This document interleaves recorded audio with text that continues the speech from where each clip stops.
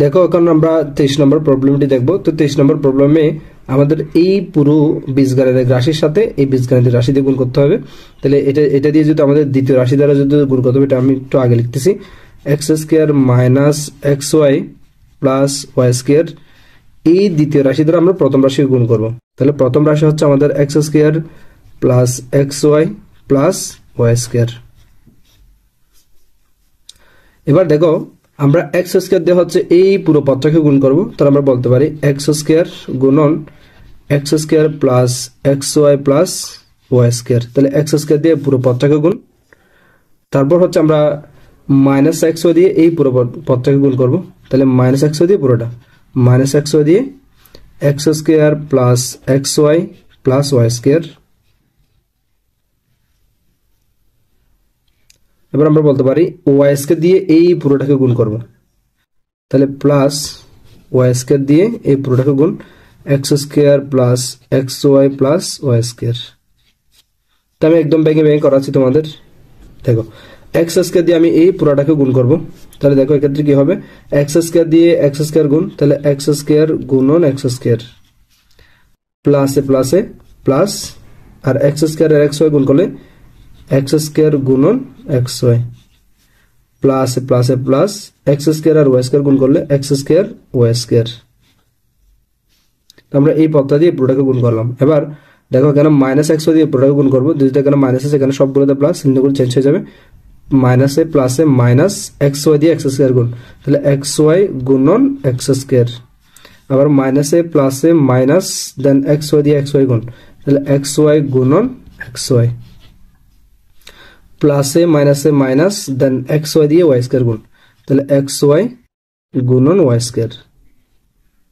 একইভাবে এই এতটুকু পর্যন্ত গুণ করছি, আবার ওয়াই স্কোয়ার দিয়ে পুরোটাকে গুণ করতে হবে। তাহলে আমি একটা লাইন ব্রেক করে দেখাচ্ছি, প্লাস ওয়াই স্কোয়ার দিয়ে এক্স স্কোয়ার গুণ, তাহলে প্লাসে প্লাসে প্লাস ওয়াই স্কোয়ার দিয়ে এক্স ওয়াই গুণ, তাহলে ওয়াই স্কোয়ার গুণন এক্স ওয়াই, আবার প্লাসে প্লাসে প্লাস ওয়াই স্কোয়ার দিয়ে ওয়াই স্কোয়ার গুণ, ওয়াই স্কোয়ার গুণন ওয়াই স্কোয়ার।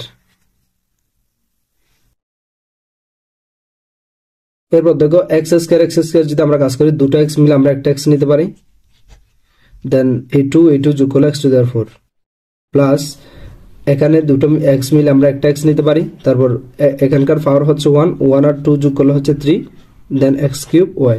তারপর দেখো এখানে এক্স স্কোয়ার ওয়াই স্কোয়ার যেরকম আছে ওরকমই রেখে দিব, এক্স স্কোয়ার ওয়াই স্কোয়ার।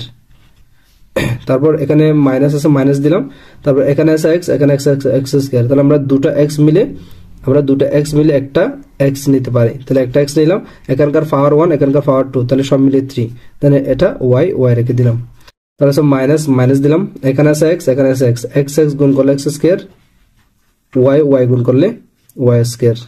তাহলে দেখো মাইনাস এক্স রেখে দিলাম, ওয়াই আর ওয়াই স্কোয়ার গুণ করলে দুটো ওয়াই মিলে একটা ওয়াই নিলাম, এখানকার পাওয়ার 1 এখানকার পাওয়ার 2, তাহলে সব মিলিয়ে 3।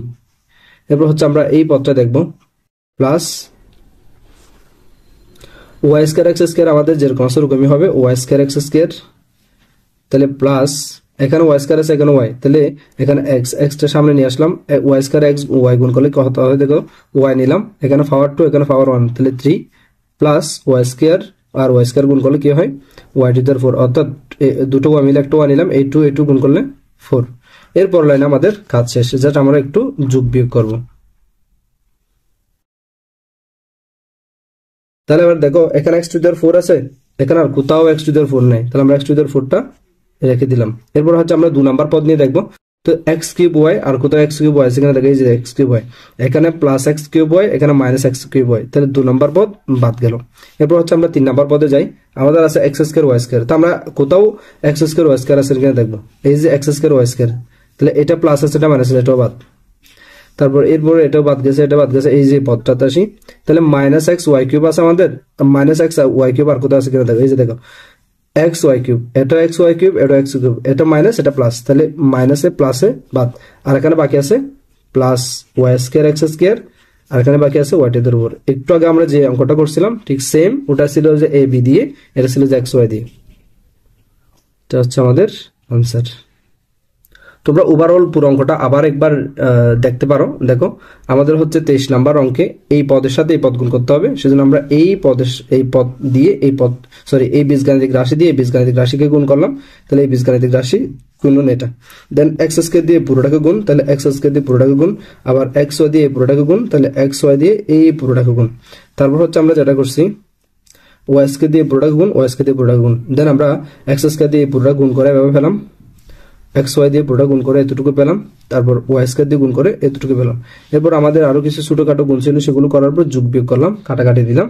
দেন সেক্ষেত্রে আমরা দেখলাম আর বাকি আছে x to the power 4 y square x square plus y to the power 4।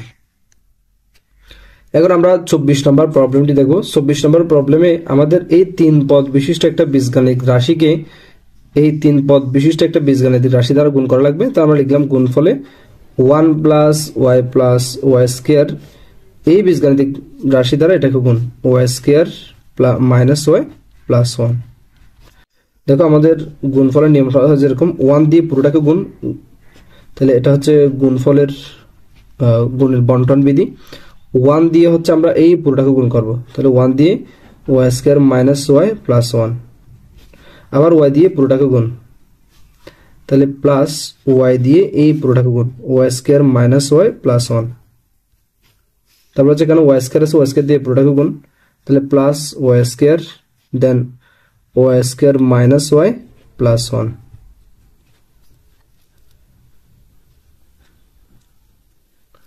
এবার দেখো আমরা হচ্ছে এখন এই 1 দিয়ে এই পুরোটাকে গুণ করব, তাহলে 1 দিয়ে পুরোটা গুণ করলে যেরকম আছে ওরকমই থেকে যাবে। আমরা জানি 1 দ্বারা গুণ করলে ওই মানের কোনো পরিবর্তন হয় না, এরকম।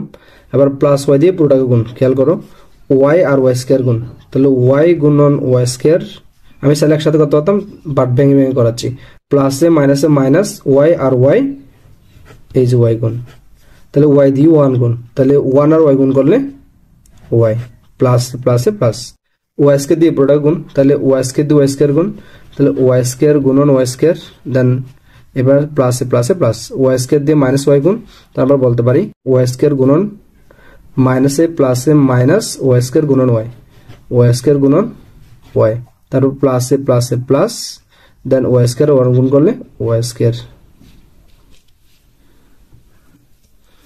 তারপর আমরা যেটা করতে পারি আমরা এরকম এটা একটু যোগ বিয়োগ করব, তার আগে এখানে কিছু গুণ আছে এগুলো একটু করি। দেখো ওয়াই আর ওয়াই স্কয়ার গুণ করলে দুটো ওয়াই মিলে একটা ওয়াই নিলাম, দুটো ওয়াই মিলে একটা ওয়াই নিলাম, এখানকার পাওয়ার 1 এখানকার পাওয়ার 2, তাহলে সব মিলে 3।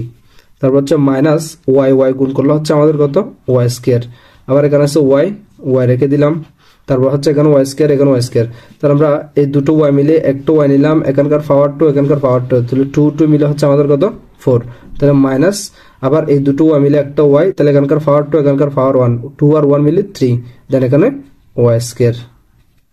দেন আমরা যদি এখানে খেয়াল করি এবার আমরা দেখবো একটা একটা পদ দিয়ে শুরু থেকে দেখবো, যেমন ওয়াই স্কয়ার আর কোথাও আছে কিনা দেখি, এই যে এখানে ওয়াই স্কয়ার আছে, এখানে প্লাস ওয়াই স্কয়ার এখানে মাইনাস ওয়াই স্কয়ার, তাহলে এই ওয়াই স্কয়ার বাদ।